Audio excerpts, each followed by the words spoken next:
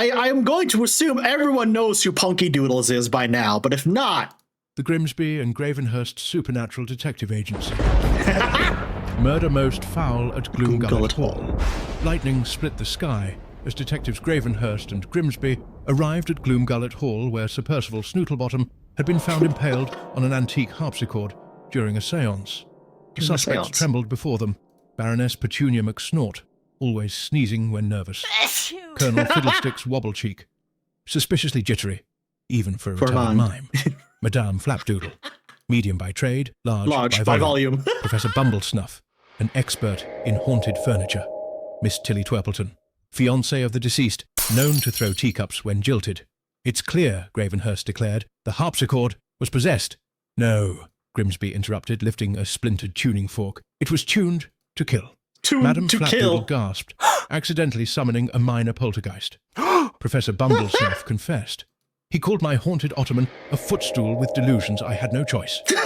Gravenhurst nodded solemnly. Case closed. Case closed. Grimsby sighed. Another noteworthy crime. Ugh. The ghost played a B-flat in agreement. The ghost played a B-flat in agreement. Oh my God, yes. The Grimsby and Gravenhurst Supernatural Detective Agency. A grave mistake in the fog of Gloomshire. Oh my goodness. A damp fog curled like spectral fingers through Gloomshire Cemetery, where detectives Gravenhurst and Grimsby stood over the corpse of Mortimer Puddleswick, renowned crypt enthusiast, now freshly de-enthused and face down in an open grave. The suspects emerged from the gloom. Dr. Theodora McSnark, a sarcastic pathologist who hates the outdoors. Reverend Crumblepatch, part-time priest, full-time sleepwalker. Eugene Spoons Wibbleton, a gravedigger obsessed with silverware. Oh my God. Liz Lavinia Scrunch, local historian with a PhD in passive aggression. Gregory the Damp, a mysterious figure who has just always been here. I warned him not to dig too deep. Dr. McSnark rolled her eyes. He tripped into his own excavation. Impossible, Grimsby said. This was no accident. It was a plot. Ugh. Gravenhurst examined the body. Bludgeoned to death, but no fingerprints, no blood trail. This wasn't just a murder. It was a ritual. He turned slowly to the suspects. Only one among you is sufficiently fluent in ancient funerary rites to summon a ghost to do her dirty work. It was you, Miss Scrunch. You conjured a spirit to strike down poor Mortimer. Before Miss Scrunch could protest, a spectral hand pulled her into the fog. Welp. Grimsby sighed. I guess someone was gravely upset. A skeleton applauded politely from a nearby mausoleum. The skeleton applauded politely from a nearby mausoleum. Look at him. Look how happy this little dude is, chat. Oh my God. She's off to Silent Hill. Yeah, right? Oh my goodness. The Grimsby and Gravenhurst Supernatural Detective Agency. The Mummy's Malice at the British Museum.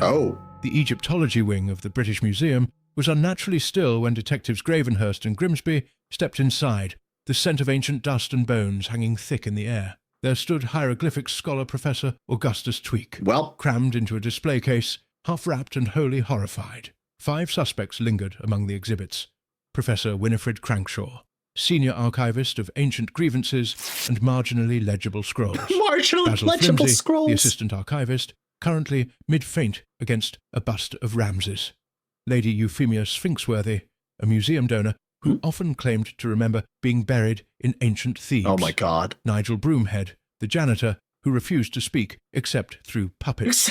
Miss Thistle Pennyweather, the gift shop manager who called the sarcophagi her boys. Her boys? Gravenhurst, eyeing the body, declared, this wasn't just murder, it was mummification.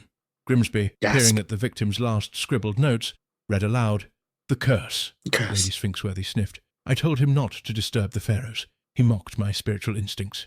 And he mocked your ability to read ancient hieroglyphs, Gravenhurst added. Professor Tweek may have done the translating, but you read the inscription aloud. You didn't lift the curse, you activated it. Lady Sphinxworthy gasped theatrically. I only wanted to liven up the exhibition. Grimsby sighed. Well, this certainly wrapped it up nicely. The pharaoh spit out his tea. The Grimsby and Gravenhurst Supernatural Detective Agency. Murder afloat on the HMS Clotted Fog. Oh my God. The HMS Clotted Fog creaked its way through the English Channel under a blanket of dense mist. Passengers paced nervously on the promenade deck, one of them no longer in the mood for promenading due to being quite thoroughly dead. Captain Archibald's sloop had been discovered slumped over the ship's wheel. The sextant protruding from his spine. Ah! Detectives Gravenhurst and Grimsby were summoned from first-class supper to first-degree murder. All 5 suspects were members of the crew. Chief Steward Trevor Penwither, who believes death is no excuse for bad posture. Oh my God. Quartermaster Lionel Pewsnap, a nervous man who keeps misplacing the anchor. What? Ship's nurse Harmonica Blythe, no nonsense and sharp, with a thermometer. Oh. Bosun Tobias Tug Bramble, who insists he can speak fluent seagull. Cook Belinda Drood, her spotted dick is as salty as her language. Gravenhurst inspected the body. Clearly someone wanted the captain to go off course. Permanently. Grimsby sniffed. There's a faint scent of seaweed and something spectral. The ship gave a mournful creak. Bosun Bramble smirked, told him not to sail blind into haunted waters. Gravenhurst turned sharply. The fog isn't natural, is it? It's a veiled passage, an invitation. Bosun Bramble gave a low chuckle.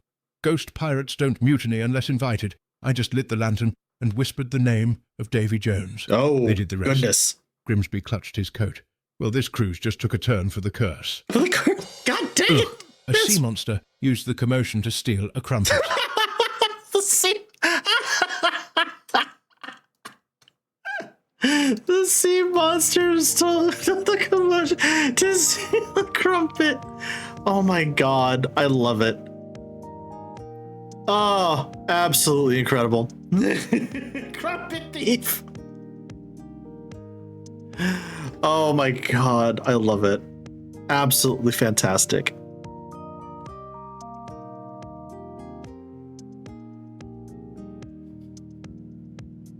There's one more episode of that, if I recall correctly. Really? Hold on, let me see.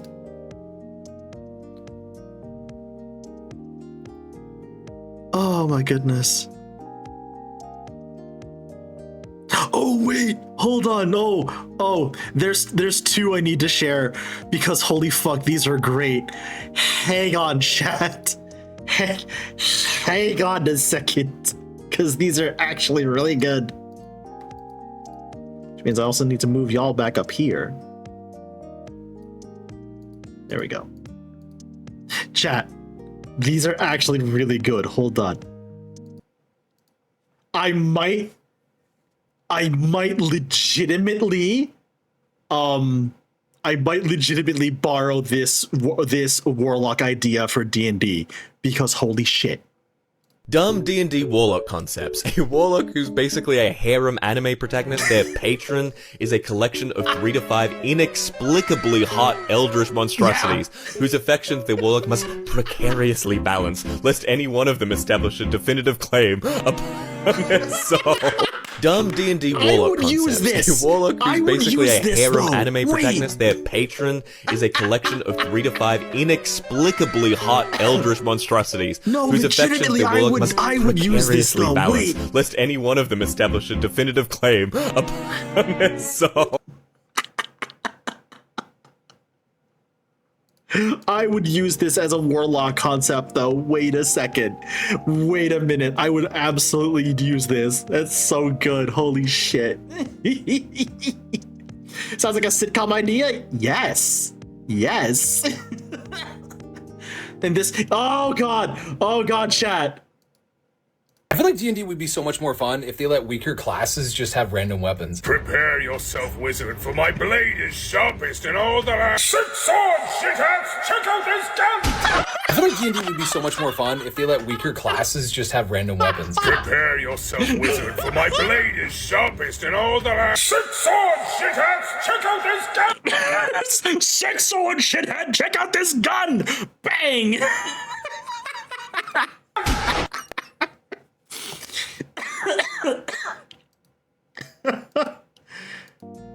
Oh my God.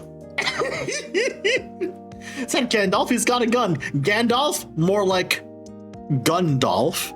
I'm sorry, that was awful. I'm sorry, that was so awful. I cast 12 gauge.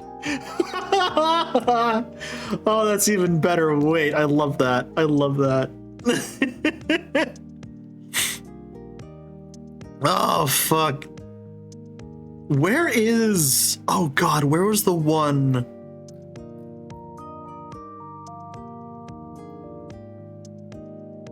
Hang on, chat. Wait, no. I am a gun-wielding bard. That's literally what I do. There's one. Hang on. There it is. There it is. Hold on.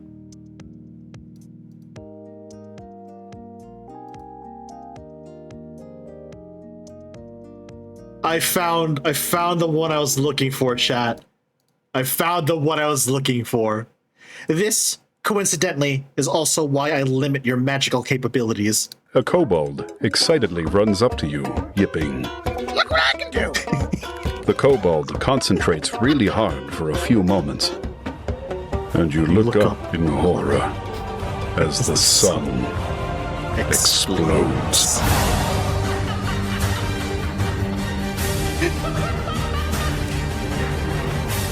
A kobold excitedly runs up to you, yipping. Look what I can do! The kobold concentrates really hard for a few moments. And you look up in horror as the sun explodes.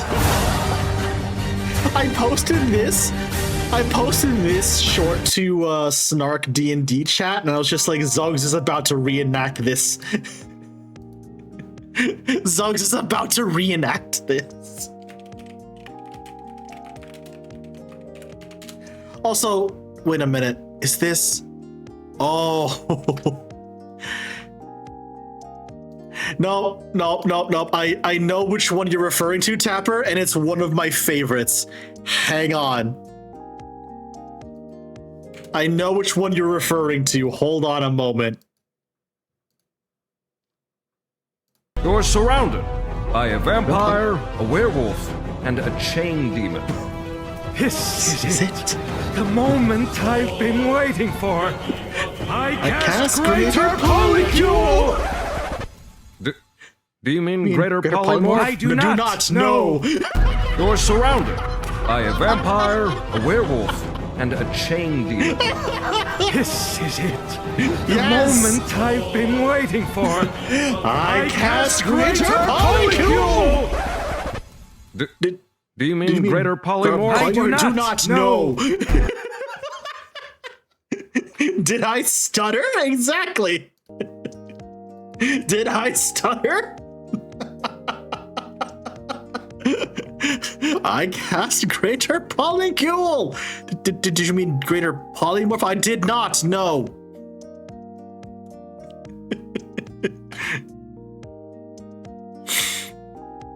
Oh my god.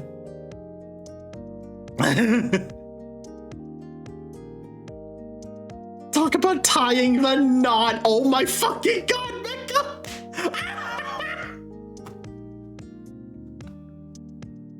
Damn. Damn. Okay.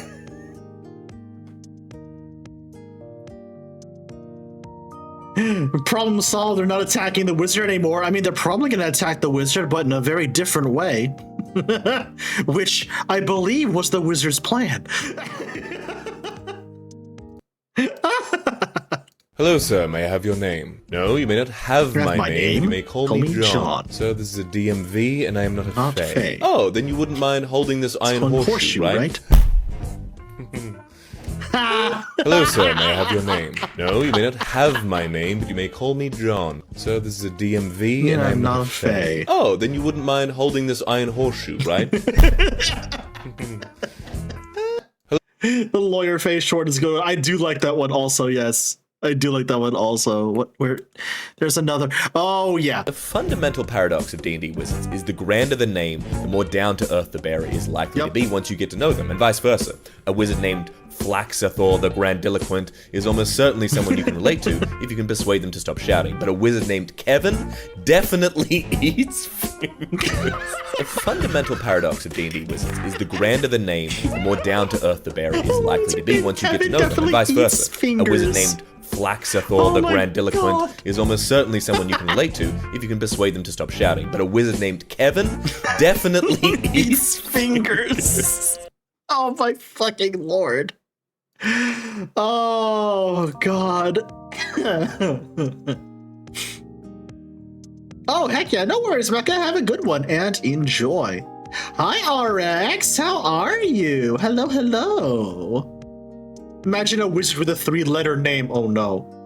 My name is Tim. Run, run, run, run.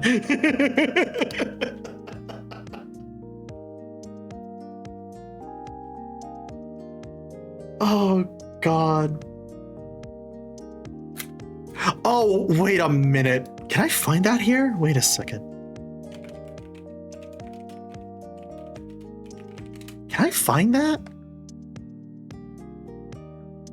Shh. Tapper, you're reading my mind today, I swear to God.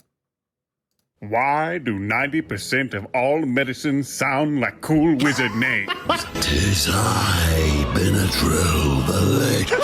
It is I, Zyrtec, the Almighty. The Almighty. You knew not for Xanax. The wise, Xanax the Mucinex, the mighty. Why do 90% of all medicines sound like cool wizard names? 'Tis I, Benadryl the Lich. Holy It shit. is I, Zyrtec, the Almighty. You knew not for Xanax. The wise, Mucinex, the mighty. Oh God. Oh God, that got me. Oh my fucking God, that got me. Holy shit. I know there's others. I know there's others. Hold on.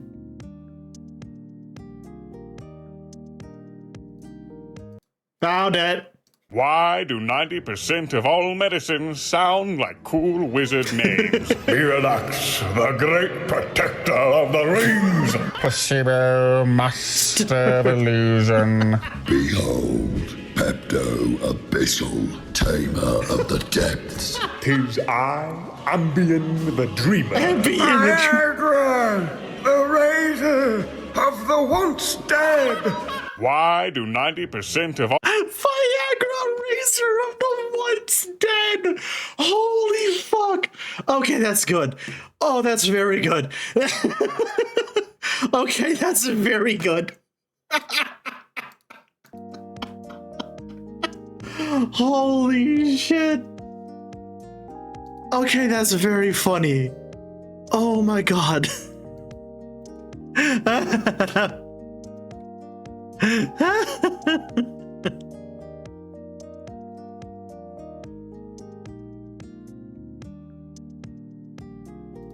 Wait.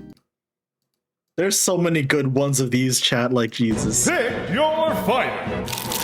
Gilgamesh, the consumer of reality. Maurice. Oh God! Pick your fighter. Oh God! The consumer of reality. Maurice. Wait for it, chat. Wait for it. Not the fucking lamprey teeth. Not the fucking lamprey teeth. Oh, Jesus, no. Pick your...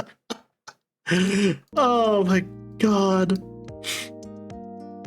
The cuter, the more abominous, yup. Jesus. Speaking as a pharmacist, I can confirm. Oh my God, RX, yes. Truly, the he don't bite dog. It was probably the hardest and longest I've laughed all year. I've been needing, so thank you. Oh, you're very welcome, Howling Moon. You're very, very welcome.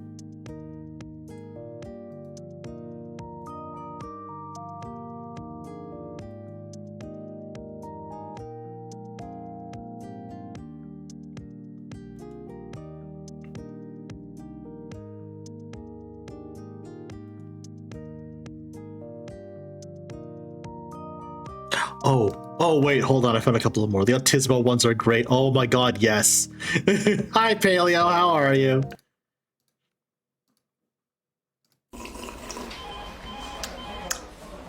I think the new guy's a wizard. What makes you say that? Terry, where the fuck is my stapler? Hi, Comey. I think the new guy's a wizard. What makes you say that? Terry, Where the fuck is my stapler?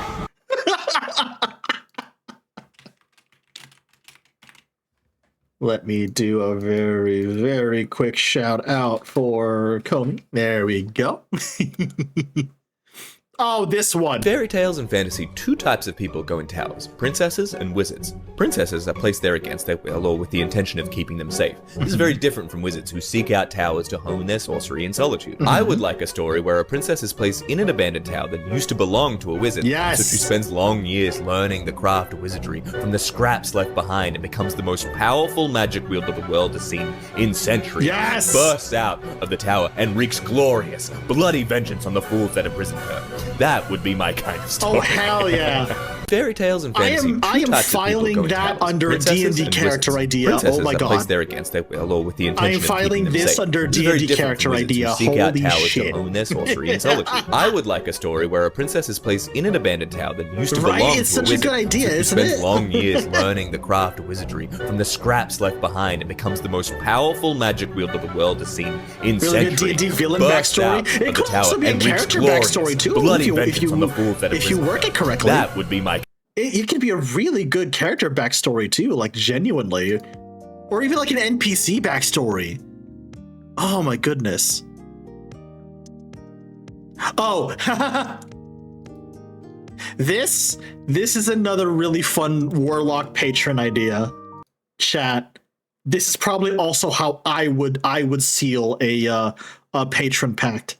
Warlock patron idea. While putting your favorite condiment on a sandwich, you accidentally make a magical occult symbol and summon a demon. You suddenly take out 2 more slices of bread out of the package and make another sandwich. You put it on a plate with a handful of potato chips and hand it over to the demon. He takes the sandwich, smiles, and vanishes in a puff of demonic smoke. The next day, you get that job promotion you were after. There was no contract, no word spoken. You owe nothing. Every now and then, another demon pops in for lunch. Demons don't often get homemade sandwiches. Demons don't often get homemade sandwiches. While putting your favorite condiment on a sandwich, you accidentally make a magical occult symbol and summon Oh my a god, demon. this is You how I would take out probably 2 end more up slices of bread accidentally out of the summoning a package and demon. make another sandwich. You put it on a right plate with here. a handful of potato chips and hand it over to the demon. Sure. He takes the Yeah, sandwich. right? Oh my god. I can see my sister doing that. She's a witch. Oh my goodness. Also, hi, Fetch. How are ya? Just the concept of demons don't usually get homemade sandwiches is very funny to me. It's exceedingly funny to me.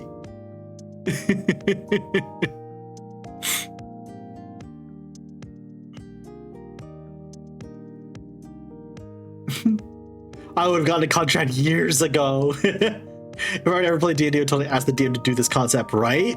Right? Oh my goodness.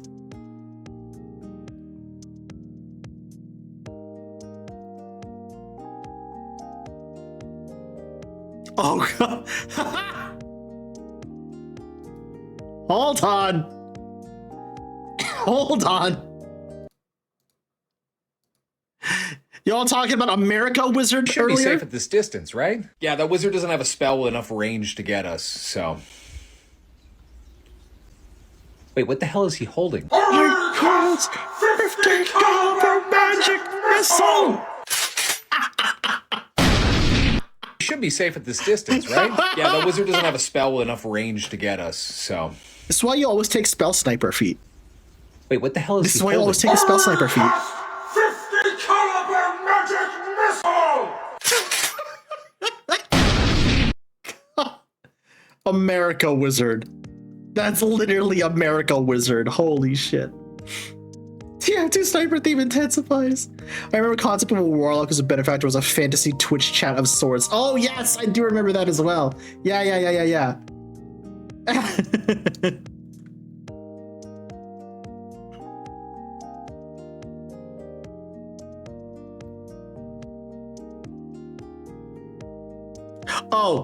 Oh, hold on. I just found one of my favorites. I just found one of my all-time favorites from Punkey Doodles. Chat. It's this one. Hey, so how far does your all-seeing sight extend exactly? The many-eyed creature in my basement. Are you asking because you tripped on your own Shoelaces in the foyer and fell on your face. Oh, so you saw that. Many-eyed creature trying to be nice. No. Hey, so how far does your all-seeing sight extend exactly? The many-eyed creature in my basement. Are you asking because you tripped on your own shoelaces in the foyer and fell on your face? Oh, Oh, so you saw that. saw that. Many-eyed creature trying to be nice. No. Hey, so I love that one. I love that one. It's very good. It's very, very funny.